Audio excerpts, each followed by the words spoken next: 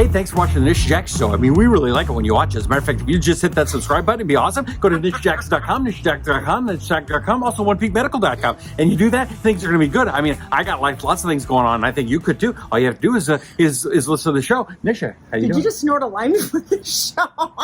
Well, I want to boost energy.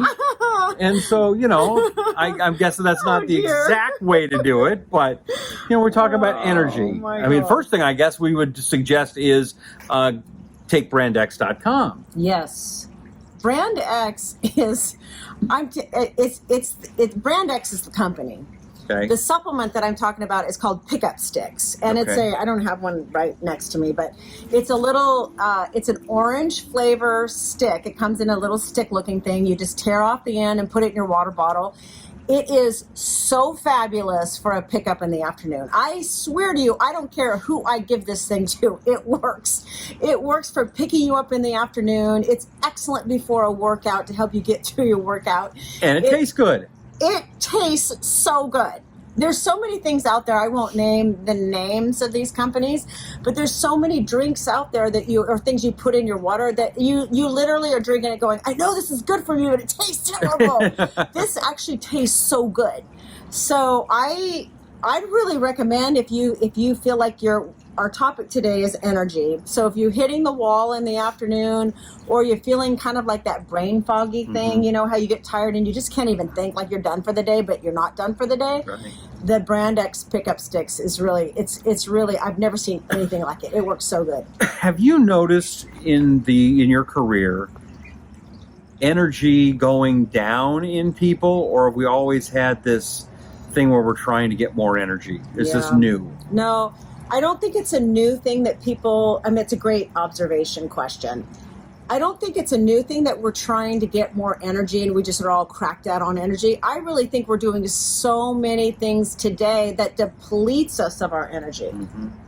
There's so many things, and I'm going to go through what those things are today, because I think there's obviously the number one reason why people go to the medical office today is because of fatigue.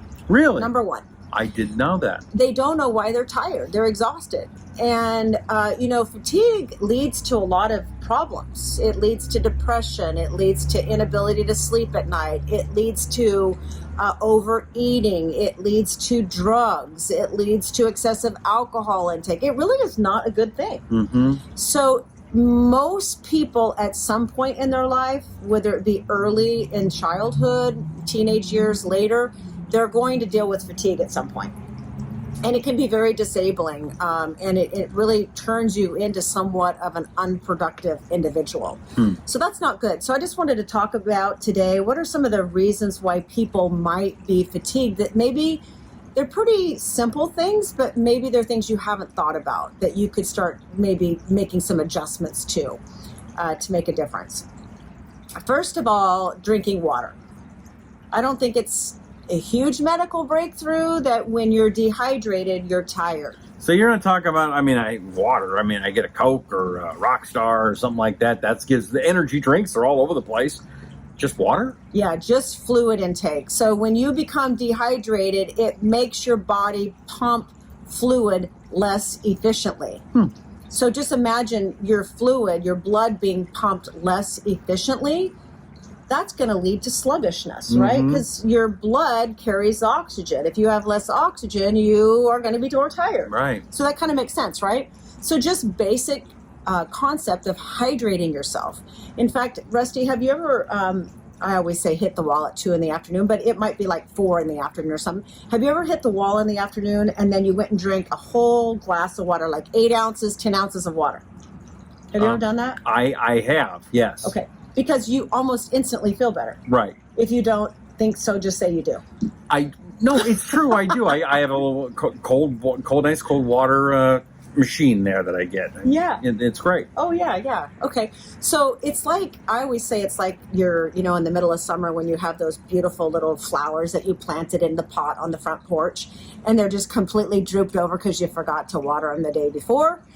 When you put water on them, they almost instantly perk up. That's exactly what your body does. So watering yourself makes a big difference. Dehydration, really, we don't want our blood to be pumped less efficiently because that makes our whole body work less efficiently. And most people don't think about dehydration unless it's really hot outside, right? Exactly. And usually, aren't we all pretty much suffering from a little dehydration, kind of like we're suffering from lack of vitamin D? It's kind of the same kind of thing. Yeah, and most of the time, even more so in the winter months, especially if you live somewhere where it's cold, you could be dehydrated even worse than you would be in the summer. But you don't think about drinking water in the winter because it's like it's a cold outside and stuff. Right.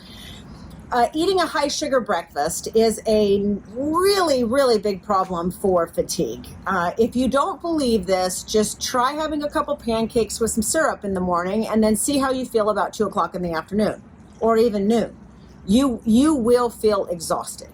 So spikes in your blood sugar and then troughs or drops in your blood sugar causes fatigue. So that's not good. No. In fact, I actually recommend that you consider, if you haven't done it before, just play around with the concept of intermittent fasting, where you're going longer periods of time without eating because it really keeps your brain awake. And that's something you've talked about before. We haven't talked about it in a long time. How many hours do you suggest somebody not eat and to do this intermittent fasting thing? I like 16 or 17 hours, but some people just need to start with 12.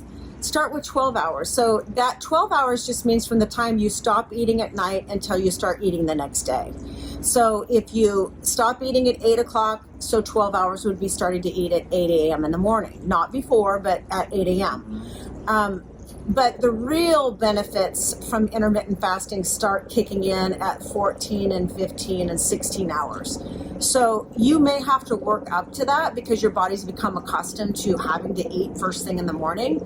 I strongly believe that most people, unless you have a medical condition, can very easily go 12, 13, 16 hours without eating. In fact, you'll find that you have more energy, more brain function, more focus, more stamina, less cravings, and much better weight loss if you would do this. Sounds like the breakfast food industry is overhead with the helicopter.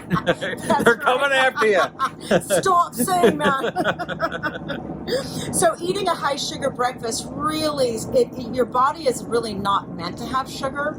If you think about what sugar does to your nervous system and what it does to your overall chemistry with your glucose and your insulin, we're not meant to have that. That's not how you raise your energy in the morning, is by giving yourself a depressant. Sugar is a depressant. Also eating junk food throughout the day. So the last thing you want to do is have your blood sugar go up and down, up and down, up and down, because that's what your energy is going to do during the day. Is it's going to be compromised all throughout the day if you're eating sugar or junk food throughout the day. Drinking alcohol before you go to bed at night. That's a big one. So we talked about in previous shows how harmful it was to eat sugar before you go to bed. Drinking alcohol before you go to bed or sugar before you go to bed will interrupt your sleep, and it'll be somewhere between 1 and 3 in the morning most of the time. You'll wake up and you won't know why you can't go back to sleep, but it's because your blood sugar's dropped, the alcohol's worn off, the effects of the glucose have worn off, and your brain is now awake. And so I would actually recommend, if you really feel like you need to have a nighttime snack, is the option of having a little bit of protein and a complex carbohydrate, like celery with some peanut butter on it. Okay. Not exactly the nighttime snack you were hoping for, but it would be much better for you. Or a very small potato with a little bit of protein on it. Those do not spike your blood sugar, but they allow your serotonin, which is your feel-good hormone, to come up and actually make melatonin, which is your sleep hormone, and you can get to sleep longer. And some people actually do need to do that.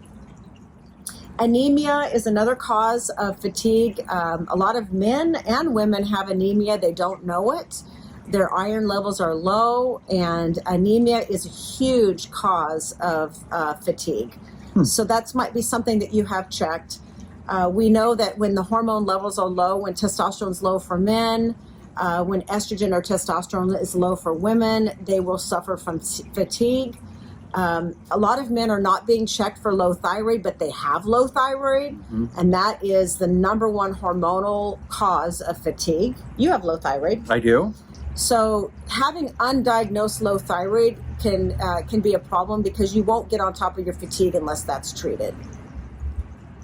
So you have not mentioned energy drinks. I mean, Red Bull gives you wings. Rockstar makes you feel better. What's wrong? I mean, I know I'm being silly, but what's wrong with those? I mean, there's so many of them out there. There's got to be, I mean, why don't you like them? Well, I don't know if I've actually ever, I have come out and said I don't like them. So I guess I have said that. I mean, if that's bad, we don't say, I mean. So I really encourage people to put things in their body that their liver does not have to work overtime to detoxify. So when you put a lot of chemicals in your body, especially chemicals that come from artificial coloring and artificial ingredients and things that excessive amounts of caffeine that your body has to metabolize and get rid of, the harder your liver has to work. And your body just doesn't need to work your liver does not need to work any harder than it already has to work, just detoxifying environmental toxins. So I don't think it's a good idea to give your nervous system that much of a jolt throughout the day, because it's not only is it very habitual, because one's not going to be enough. You're going to come down off that. You're going to need another.